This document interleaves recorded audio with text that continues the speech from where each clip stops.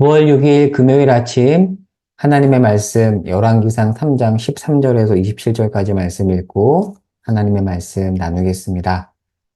엘리사가 이스라엘 왕에게 이르되 내가 당신과 무슨 상관이 있나이까? 당신의 부친의 선지자들과 당신의 모친의 선지자들에게 가소서 하니 이스라엘 왕이 그에게 이르되 그렇지 아니하니라. 여호와께서 이 세 왕을 불러 모아 모압의 손에 넘기려 하시나이다 하니라. 엘리사가 이르되 내가 섬기는 만군의 여호와께서 살아계심을 두고 맹세하노니 내가 만일 유다의 왕 여호사밧의 얼굴을 봄이 아니면 그 앞에서 당신을 향하지도 아니하고 보지도 아니하였으리이다. 이제 내게로 검은 고 탈 자를 불러오소서 하니라. 검은 고 타는 자가 검은 고를 탈 때 여호와의 손이 엘리사 위에 있더니 그가 이르되 여호와의 말씀이 이 골짜기에 개천을 많이 파라 하셨나이다. 여호와께서 이르시기를 너희가 바람도 보지 못하고 비도 보지 못하되 이 골짜기에 물이 가득하여 너희와 너희 가축과 짐승이 마시리라 하셨나이다. 이것은 여호와께서 보시기에 작은 일이라.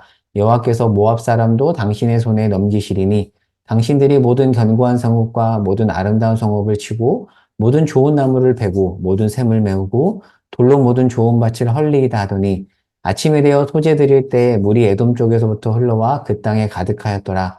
모압의 모든 사람은 왕들이 올라와서 자기를 치려 한다함을 듣고 갑옷 입을 만한 자로부터 그 이상이 다 모여 그 경계에 서 있더라.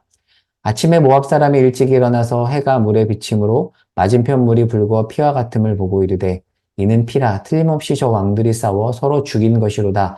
모압 사람들아 이제 노력하러 가자 하고 이스라엘 진에 이르니 이스라엘 사람이 일어나 모압 사람을 쳐서 그들 앞에서 도망하게 하고 그 지경에 들어가며 모압 사람을 치고 그 성읍들을 쳐서 헐고 각기 돌을 던져 모든 좋은 밭에 가득하게 하고 모든 샘을 메우고 모든 좋은 나무를 베고 길하레셋의 돌들은 남기고 울매꾼이 두루 다니며 치니라. 모압 왕의 전세가 극렬하여 당하기 어려움을 보고 탈취한 군사 700명을 거느리고 돌파하여 지나서 에돔 왕에게로 가고자 하되 가지 못하고 이에 자기 왕위를 이어 왕이 될 맏아들을 데려와 성 위에서 번제를 드린지라. 이스라엘에게 크게 경노함이 임하매 그들이 떠나 각기 고국으로 돌아갔더라. 아멘. 자, 3장 전체 배경 우리가 어제 살펴보았는데 다시 한번 좀 정리해 보도록 할게요. 자, 북이스라엘의 아합이 죽자 모압이 배반을 합니다. 그 전까지만 해도 조공을 바쳤거든요. 그런데 굉장히 힘 있는 왕이 죽자 배신해 버리는 겁니다. 자, 이에 북이스라엘이 남유다 여호사밧 왕과 에돔과 연합을 해서 모압을 치는 내용이죠. 자, 현재 북이스라엘의 여호람, 아합의 아들 여호람입니다. 그리고 남유다의 여호사밧, 자, 에돔 왕이 모압을 치러 가는 중에, 자, 어제 본문 살펴봤잖아요. 물이 부족해서 위기를 겪습니다. 지형적으로 사실 물 얻기 어려운 지역을 지나간 거거든요. 자, 위기가 닥치면 우리가 무엇을 해야 될까요? 자, 우리 삶에도 위기, 어제 말씀드렸던 빨간 신호등이 오면 우리는 하나님 앞에 엎드려야 됩니다. 자, 11절에 보니까 여호사밧이 하나님 앞에 엎드리죠. 선지자를 찾는다는 것은 하나님 앞에 엎드린다는 것인데, 그렇게 엎드리자 엘리사와 만나게 됩니다. 자, 그래서 지금 새 왕과 엘리사가 만나게 된 것입니다. 자, 엘리사가 북이스라엘의 여호람을 만나서 뭐라고 말하냐면, 자, 오늘 본문에 볼까요? 자, 오늘 본문 13절부터 14절에 보면, 자, 엘리사가 말하죠. 14절을 볼까요? 내가 만일 유다의 왕 여호보사의 얼굴을 봄이 아니면 내가 당신을 향하지도 보지도 않겠다. 약간 차갑게 말합니다. 당신을 보면 제가 얼굴 보고 싶진 않은데 여호사밧을 보니까 그나마 제가 하나님 말씀 전해주겠다라고 지금 누가 말하고 있는 거죠? 엘리사가 말을 합니다. 그러니까 지금 엘리사는 여호사밧을 보고 하나님의 말씀을 전해주면서 예언을 하는데 뭐라고 말하냐면 위기에 닥쳤는데 지금 어떻게 하라고 하나님이 말씀하시냐면 골짜기에 개천을 많이 파면 된다라고 이야기를 하고 있어요. 그러니까 비와 바람이 오는 것을 못 보겠으나 이곳은 물이 가득해 너희들 갈증을 채우겠다라고 말을 하고 자 18절에 보면 여호와께서 보시기에 작은 일이라. 자, 그러니까 물이 지금 없죠. 여러분 위기죠. 그런데 하나님께서 이렇게 하면 물을 주실 것입니다. 그런데 이것은 하나님 보실 때는 아무것도 아닌 작은 일이라고 하면서 그리고 그 이후에 여러분이 순종하면 모압도 넘기실 것이라고 이야기를 해요. 자, 다음날 아침이 되었습니다. 자, 20절. 아침이 되어 하나님 앞에 소제를 드립니다. 예배를 드리는 것이죠. 자, 그러자 하나님께서 물을 그 골짜기 가운데 기적적으로 가득 채워주십니다. 이 세 왕이 한 것은 개천을 판 것뿐입니다. 그러니까 하나님은 이렇게 일하세요. 구원 이후에 하나님이 모든 것을 다 하실 수 있지만 하나님은 우리의 순종과 함께 일하십니다. 그러니까 나는 가만히 있고 하나님이 다 해주시는 것도 아니요, 내가 다 하는 것도 아닙니다. 구원에 있어서는 하나님이 전적으로 하시지만 구원 이후 우리 삶에서는 이처럼 우리의 순종 위에 하나님의 일하심이 있음을 우리가 기억해야 돼요. 늘 그렇습니다. 우리 삶은 우리의 순종과 하나님의 일하심이 연합을 해요. 자, 그렇게 해서 지금 골짜기에 물이 가득하게 되는데, 자, 지금 이 상황 속에서 모압이 공격 태세를 갖추고 지금 경계 지역에 왔습니다. 자, 그런데 골짜기에 물이 가득하고 아침이에요. 아침 일찍이다 보니까 해가 물에 비친 겁니다. 제가 그림을 하나 가져왔어요. 해가 물이 비친 사진을 가져왔는데 이렇게 해가 아침 일찍 물에 비치자 모압 사람들이 어떻게 착각을 했냐면 물이 붉어서 피와 같음을 보고 아, 남유다, 북이스라엘, 에돔이 서로 싸워서 이렇게 흰물이 가득하구나. 서로 죽였구나. 와, 우리는 그냥 탈취만 하면 되겠구나라고 착각을 한 겁니다. 그렇게 착각을 하자 이 무방비 상태의 모압을 이스라엘 사람들이 치고 승리하는 내용이 오늘 본문이에요.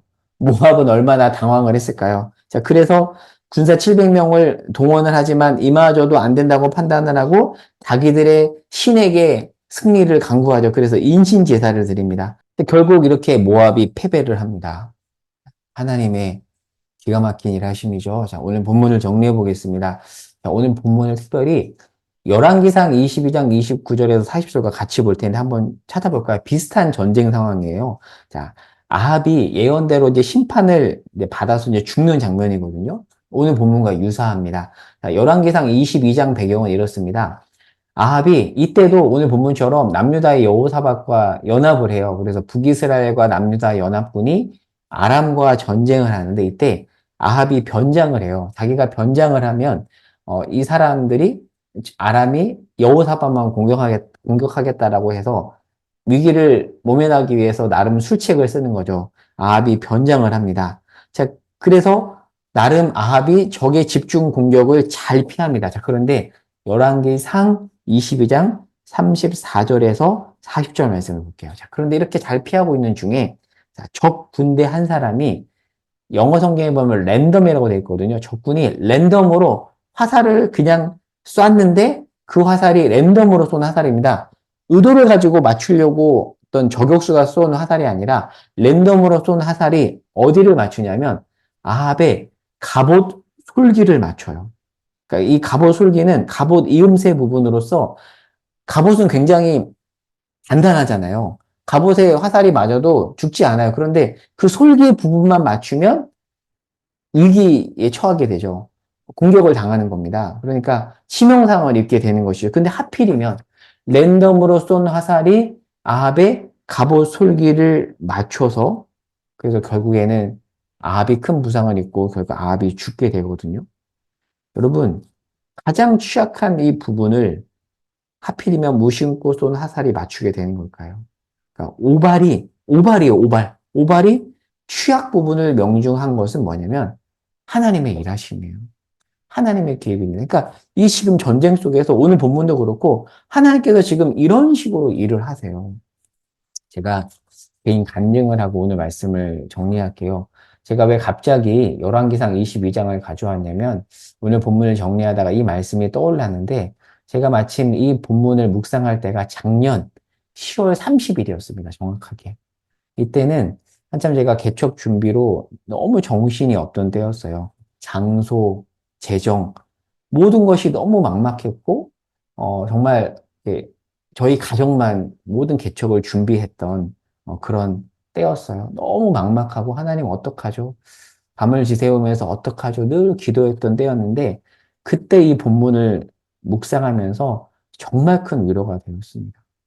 아, 하나님이 마음먹으시면 하나님은 이렇게도 일하시는구나. 랜덤으로 쏜 그 오발로 이렇게 갑옷 솔기를 맞추시는 분이 하나님이시구나. 그리고 오늘 본문에서 엘리다가 말하잖아요.